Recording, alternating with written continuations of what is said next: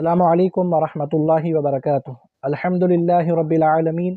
والعاقبۃ للمتقین والصلاة والسلام علی خاتم النبیین وعلی آلہ واصحابہ اجمعین، اما بعد فاعوذ باللہ من الشیطان الرجیم، بسم اللہ الرحمن الرحیم۔ وعن ابی ہریرۃ رضی اللہ عنہ قال قال رسول اللہ صلی اللہ علیہ وسلم انما انا لکم بمنزلۃ الوالد اعلمکم فاذا اتى احدکم الغائط فلا يستقبل القبلة ولا يستدبرها ولا يستطب بيمينه، رواه احمد وابو داود والنسائی وابن ماجہ والطحاوی وابن حبان۔ معزز مکرم ناظرین سامعین محترم، جیسا کہ آپ نے سابق درس میں سماعت کیا، ہم نے درس حدیث زجاجۃ المصابیح میں ایک نئے باب کا آغاز ہم نے کیا، باب آداب الخلاء، یعنی بیت الخلاء جانے کے جو آداب ہیں اس کا ایک نیا بیان ہم نے آغاز کیا تھا۔ معزز ناظرین، دین اسلام یہ دین فطرت ہے، اور قضائے حاجت کے لیے جانا یہ ایک انسان کی بنیادی بشری ضرورت ہے۔ تو لہٰذا دین اسلام نے ہم کو چھوٹی سی چھوٹی چیز کے لیے اس کا کیا صحیح طریقہ کار ہے، اس میں ہم کو آقا علیہ الصلوۃ والسلام کی تعلیم و تربیت ہم کو ملتی ہے۔ تو یہ تو ایک انسان کی بنیادی بشری ضرورت ہے، تو لہٰذا اس کے متعلق بھی اگر ہم احادیث کے ذخیرے میں دیکھیں گے تو کئی بیسوں حدیثیں ہم کو ملیں گی کہ جس میں آقا علیہ الصلوۃ والسلام نے قضائے حاجت کو جانے کے طریقے اور وہاں کیا کام کیے جائیں، کن چیزوں سے بچا جائے، انسان کے لیے کیا ضرورت ہے، ان تمام چیزوں کی تفصیلات ہم کو احادیث میں ملتی ہیں۔ تو لہٰذا حضرت ابو ہریرہ رضی اللہ تعالی عنہ آج کی ہمارے حدیث پاک کے راوی ہے، آپ فرماتے ہیں اللہ کے رسول صلی اللہ علیہ وسلم نے ارشاد فرمایا انما انا لکم بمنزلۃ الوالد، کہ تمام لوگوں سے خطاب کرتے ہوئے آقا نے فرمایا کہ یقیناً میں تمہارے لیے تمہارے والد کے درجے میں ہوں،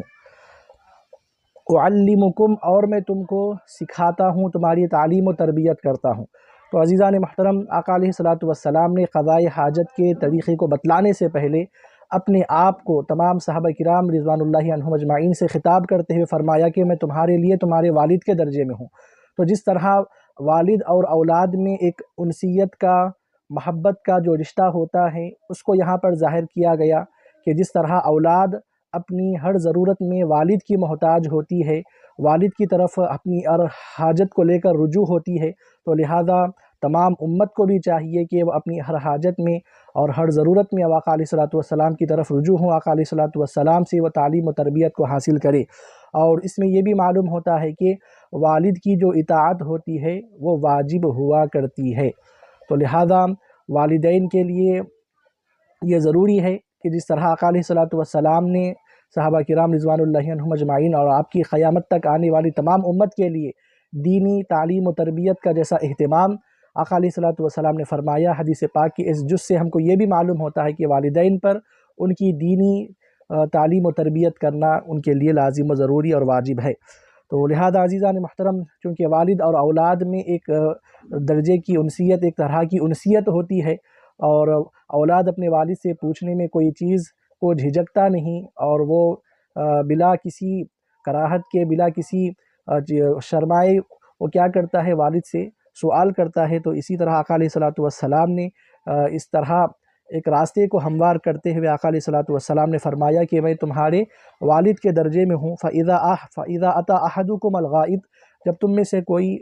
قضائے حاجت کے لیے جائے تو فَلَا يَسْتَقْبِلِ الْقِبْلَةَ وَلَا يَسْتَدْبِرْهَا، تم نہ قبلے کی طرف رخ کرنا، نہ اپنا منہ کرنا، نہ قبلے کی طرف اپنی پیٹھ کرنا، وَلَا يَسْتَطِبْ بِيَمِينِهِ، اور نہ ہی سیدھے ہاتھ کا تم استعمال کرنا قضائے حاجت کے وقت، چونکہ سیدھا ہاتھ کی اس میں تکریم ہے، سیدھے ہاتھ کی اس میں اکرام ہے، چونکہ سیدھا ہاتھ جو ہوتا ہے یہ اکثر اچھے اور نیک کاموں کے لیے استعمال کیا جاتا ہے، اور یہ کھانے کا آلہ بھی ہے، انسان اس سے اپنا پیٹ بھرتا ہے۔ تو لہٰذا بتلایا گیا کہ اس کے سیدھے ہاتھ کی تکریم و تعظیم اسی میں ہے کہ اس کو قضائے حاجت کے وقت اس کا استعمال نہ کیا جائے۔ اس حدیث پاک کو امام احمد، ابو داود، نسائی، ابن ماجہ، ابن حبان اور طحاوی نے روایت کیا ہے۔ آئیے اور ایک حدیث شریف سماعت کرتے چلے۔ وعن عبد الرحمن بن یزید عن رجل من اصحاب رسول اللہ صلی اللہ علیہ وسلم فقال له رجل انی اظن ان صاحبکم یعلمکم حتی لا یعلمکم کیف تأتون الغائط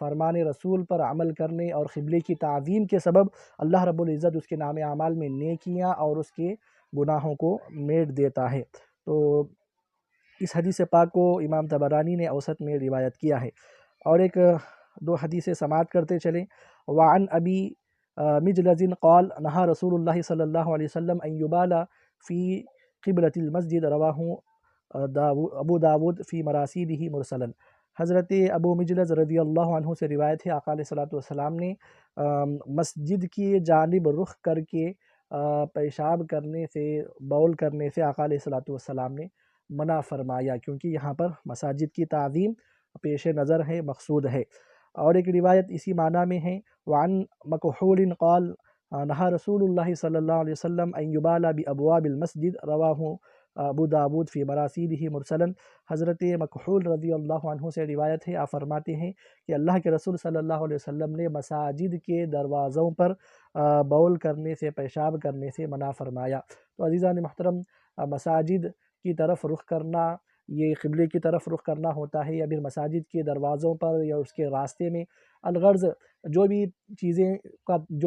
چیزوں کا تعلق مساجد سے ہوا کرتا ہے، قبلے سے ہوا کرتا ہے، تو پھر ان تمام جگہوں پر، ان تمام مقامات پر ہم کو ایسے ناپاک کام کرنے سے، یعنی کہ بول و براز کرنے سے ہم کو روکا گیا ہے، کیونکہ اس میں قبلے کی تعظیم مقصود ہے، اور لوگوں کو ضرر سے، نقصان سے، اور لوگوں کو گندگی سے بچانا یہاں پر مقصود ہے۔ تو لہذا عزیزان محترم، ہم کو چاہیے کہ ہم جب بھی اپنی قضائے حاجت کے لیے جائیں تو پھر وہاں پر انتہائی احتیاط کے ساتھ ہم کام لیں، اور جو آداب احادیث میں ہم کو بتائے گئے ہیں، انشاءاللہ آگے تسلسل کے ساتھ آپ کے سامنے باتیں رکھی جائے گی، ان تمام چیزوں کا لحاظ کرتے ہوئے ہم قضائے حاجت کریں، تاکہ حقیقت میں جو پاکیزگی ہے وہ ہم کو حاصل ہو، اور ہر قسم کے شر و نقصان سے اللہ ہم کو محفوظ رکھے۔ آخر میں اللہ سے دعا ہے، مولا کریم ہم کو ان حدیث کو سمجھنے اور صحیح معنی میں عمل کرنے کی توفیق عطا فرما۔ آمین وما علینا